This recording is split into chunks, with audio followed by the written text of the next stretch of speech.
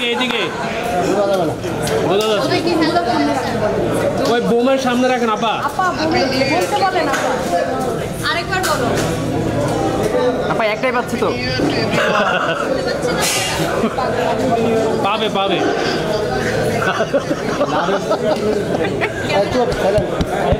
আপা আপনার বাড়িটা আসে কিন্তু ভাইয়ের কথা আসে না ভাইকে বাদ দিয়ে দেন আপা আমরা সরাসরি হবে